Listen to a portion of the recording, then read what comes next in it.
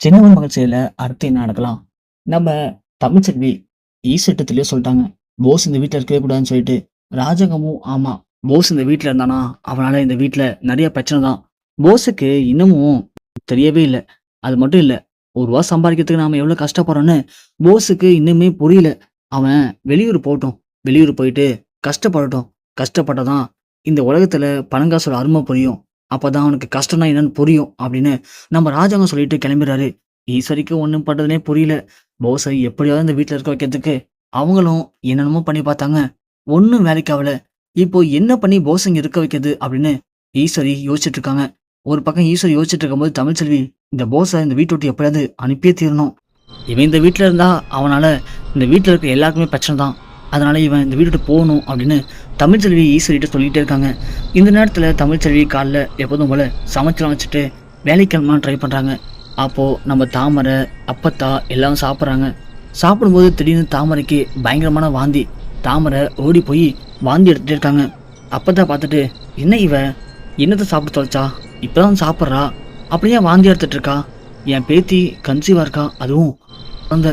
ஆனா இவளே நல்லா தெளிவா தான் இருக்கா, இவன் நம்ம புழுதாச்சி போன மாதிரி ஓடி ஓடி வாந்தி எடுத்துட்டு இருக்கா. ஏ தாமரை நில்லு, என்னாச்சு உனக்கு, நைட் என்ன சாப்பிட்ட நீனு? ஒன்றும் சாப்பிடலாமாச்சி, அப்படின்னதுக்கு சும்மா ஒன்றா வாந்தி வந்து எடுத்துட்டு இருக்க.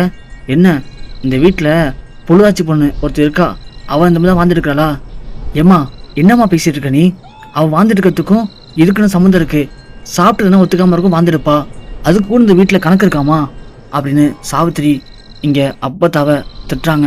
அப்பத்தா உடனே, இங்கே பாரு சாவித்திரி, அவள் வாந்தி எடுக்கிறது என்னமோ எனக்கு சந்தேகமாக இருக்குது, அதனால தான் கேட்டேன். உடனே தமிழ்ச்செல்வி, அப்பத்தா ஏன் இப்போ தப்பாக நினைக்கிறீங்க, இருங்க நான் பார்க்குறேன் அப்படின்னு சொல்லிட்டு தாமரை கிட்ட போகிறாங்க. சாவித்திரி ஒன்று, இங்கே பாரு, நீ ஒன்றும் பண்ணவனா, நீ கிளம்பு, என் பொண்ணு எனக்கு பார்த்து தெரியும். அப்போத்தான் உடனே, ஏ சாவித்திரி, இப்போ அவள் என்ன பண்ணி விட்டா, அவள் என்ன டாக்டர் படிக்கிறதுனால என்னன்னு பார்க்கணும் தானே சொன்னா, பார்க்கிட்டு விடு, தாமரை கையை கொடு, இந்தா அப்படின்னு தாமரை கை நீட்டுறாங்க. உடனே தமிழ்ச்செல்வி தாமரை கையை பிடிச்சி பார்த்துட்டு சமஷாக்காக வராங்க. அப்போத்தான் உடனே, என்னாச்சுமா, என்னாச்சு? அப்போத்தான் அது வந்து சொல்லு என்னாச்சு? ஏய் இப்போ எதுக்கு ரொம்ப சீன் போடுற, என்னன்னு சொல்லு. சாவித்திரி சொன்ன உடனே, இல்லைம்மா தாமரை இப்போ கர்வமாக இருக்காமா. என்ன கர்வமாக இருக்காளா அப்படின்னு எல்லாரும் சம்மதிச்சு வராங்க. இங்கே தாமரை ஒன்னே ஒரு மாதிரி அப்படியே யோசிக்க ஆரம்பிக்கிறாங்க. என்னவா இருக்கும் அப்படின்னு சொல்லிட்டு அப்பத்தான் வந்து தாமரையை பிடிச்சி பல 4 அறை விட்டு, ஏய் உண்மை சொல்டி, என்ன சொல்கிறா என் பேத்தி, நீ கர்வமாக இருக்கியா, இதுக்கு காரணம் யாருடி? நினச்சேன்டி அப்பயே, நீயும் ஆத்தாக்காரியும் மினிக்கி நடக்கும்போது நினச்சேன், இதெல்லாம் கொண்டு வந்து எங்கே நிப்பாட்ட போறீங்கன்ட்டு. கடைசியில் இப்போ ஒன்றும் நிப்பாட்ட பார்த்தீங்களா, நம்ம கோபமானத்தையே வாங்கிட்டீங்களே. இது மட்டும் என் புள்ள ராஜாங்கத்துக்கும் சன்னியாசி தெரிஞ்சுன்னா என்ன நடக்கும் தெரியுமா? ஐயோ அம்மா கொஞ்சம் அமைதியா இருமா.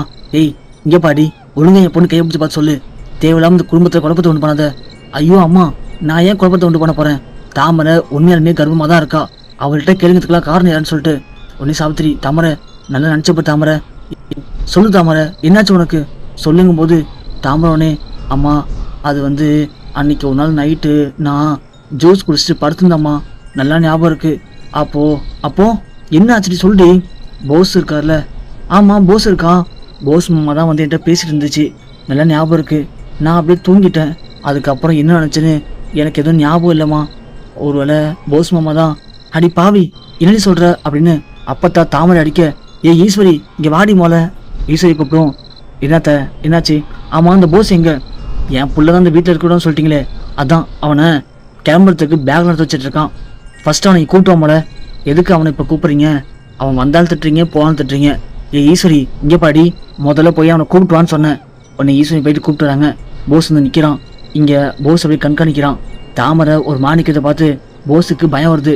அப்போத்தான் போயிட்டு, இல்லை போஸு இங்கே பாரு, கேட்குற கேள்விக்கு ஒழுங்காக பதில் சொல்லணும், ஏதாவது மாற்றிக்கிது சொன்னு தெரிஞ்சது அப்புறம் ராஜாந்தர் துளிவனை இங்கேயே வெட்டி புளி போட்டுருவேன்.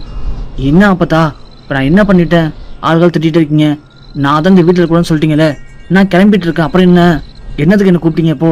டேய் அதெல்லாம் இருக்கட்டும்டா, ஒரு மாதத்துக்கு முன்னாடி தாமரை அவள் ரூமில் இருக்கும்போது நீ அந்த ரூமுக்கு போனியா சொல்டா. நான் எப்போ போனேன்? போஸ் மாமா நீ தான் இங்கே வந்தீங்களே குடிச்சிட்டு. ஆமாம் குடிச்சிட்டு போயிருப்பான் என் புள்ள, இப்போ என்ன அது பிரச்சனை? இங்கே போய் ஈஸ்வரி நீ கொஞ்சம் அமைதியாரு, சொல்டா போஸு போனியாங்க? ஆமாம் போனேன். தாமரைகிட்ட பேசுந்தியா? ஆமாம் பேசிட்டு இருந்தேன். அதுக்கப்புறம் அங்கேருந்து வந்துட்டியா? ஆமா வந்துட்டேன். டேய் உண்மையை சொல்லு, அங்கே வந்தியா இல்லை அங்கேயே இருந்தியா? தெரியல அப்பத்தா, என்ன ஆச்சுப்போ உனக்கு? அத்தை, ஏன் என் புள்ளைய போட்டு நிக்க வச்சு கேள்வியா கேட்குறீங்க? என் புள்ள அந்த வீட்டில் கிடச்சி இழிச்சவாயா? ஆகுனா என் புள்ளைய போட்டு எல்லாரும் குளிர்காயிறீங்க. அப்பத்தா உடனே, யாருடி, யார் குளிர்காயிரா? உன் புள்ள பண்ண காரியத்தை பாருடி அப்படின்னு சொல்லி அப்பத்தா போஸை போட்டு வைக்கிறாங்க. ஈஸ்வர் வந்து, அத்தை எதுக்கு போட்டு என் புள்ள அடிக்கிறீங்க? இப்போ அவன் என்ன பண்ணி போட்டான்? அப்படி என்ன பண்ணிட்டானா? தாமரையை கலங்கப்பட்டுட்டான்டி. தாமரை இப்போ கர்வமா இருக்கா. அது காரணம் இவன் தான் அன்னைக்கு குடி போதையில தாமரைகிட்ட போய் பேச்சு கொடுத்துருக்கான். தாமரை அன்னைக்கு இவன் கொடுத்தத ஜூஸ் நினைச்சு குடிச்சிட்டு தூங்கிட்டாலாம். அதுக்கப்புறம் தாமரைக்கு என்ன நினைச்சுன்னு ஒண்ணுமே புரியல.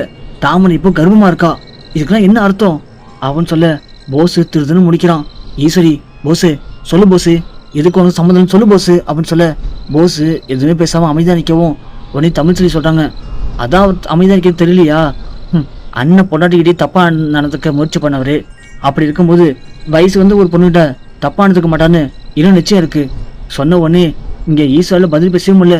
சாவித்து வந்து நம்ம போஸை பிடிச்சி பல அறையிறாங்க. அட பாவி, நீலாம் ஒரு மனுஷனாடா? என் அண்ணன் பையன் நினச்சதுனால உன்னை உரிமையாக இந்த வீட்டில் எல்லாரும் பழகுனாங்க. ஆனால் கடைசியில் என் பொண்ணு வாழ்க்கையை கெடுத்துட்டா. படுபாவி, நீ நல்லா இருப்பியா அப்படின்னு சாவித்திரி போட்டு அடிக்கவும் இங்கே ஈஸ்வரிக்கு என்ன பண்ணுறது ஒன்றுமே புரியல. ஸோ போஸு அமைதியாக நிற்கிறான். ராஜாங்கம் வராரு. அப்போத்தான் அவனே, இல்லை சாவித்திரி கொஞ்சம் அமைதியாக ரெடி, ராஜாங்கம் வரான், அவனுக்கு தெரிஞ்சதுன்னா அவ்வளோதான். என்னம்மா என்ன பேசுகிற? அண்ணனுக்கு தெரிஞ்சா என்ன அவன் நினைக்கிற? ஏன் இதை மூடி வைக்கக்கூடிய விஷயமா? என் பொண்ணோட வாழ்க்கைமா, என் பொண்ணோட வாழ்க்கை பறி போச்சு. இதுக்கு யார் பதில் சொல்றது? சொல்லுமா, இதுக்கு யார் பதில் சொல்றது? சாவித்திரி கொஞ்சம் அமைதியாக ரெடி, ராஜாங்கம் வரட்டும், அவன்கிட்ட பார்த்து பக்குவமாக பேசுவோம். அதுக்கப்புறம் அவன் என்ன முடிவெடுக்கிறானோ அதுதாண்டி முடிவு, கொஞ்சம் அமைதியாக ரெடி அப்படின்னு அப்பத்தான் சாவித்திரி சமாதானப்படுத்துறாங்க. ஸோ ராஜாங்கத்துக்கு இந்த உண்மை தெரிய வந்துச்சுன்னா ராஜாங்கம் என்ன பண்ணுவார்? ஸோ நடக்க போகிற திருப்பங்களை பொறுத்து பார்க்கலாம்.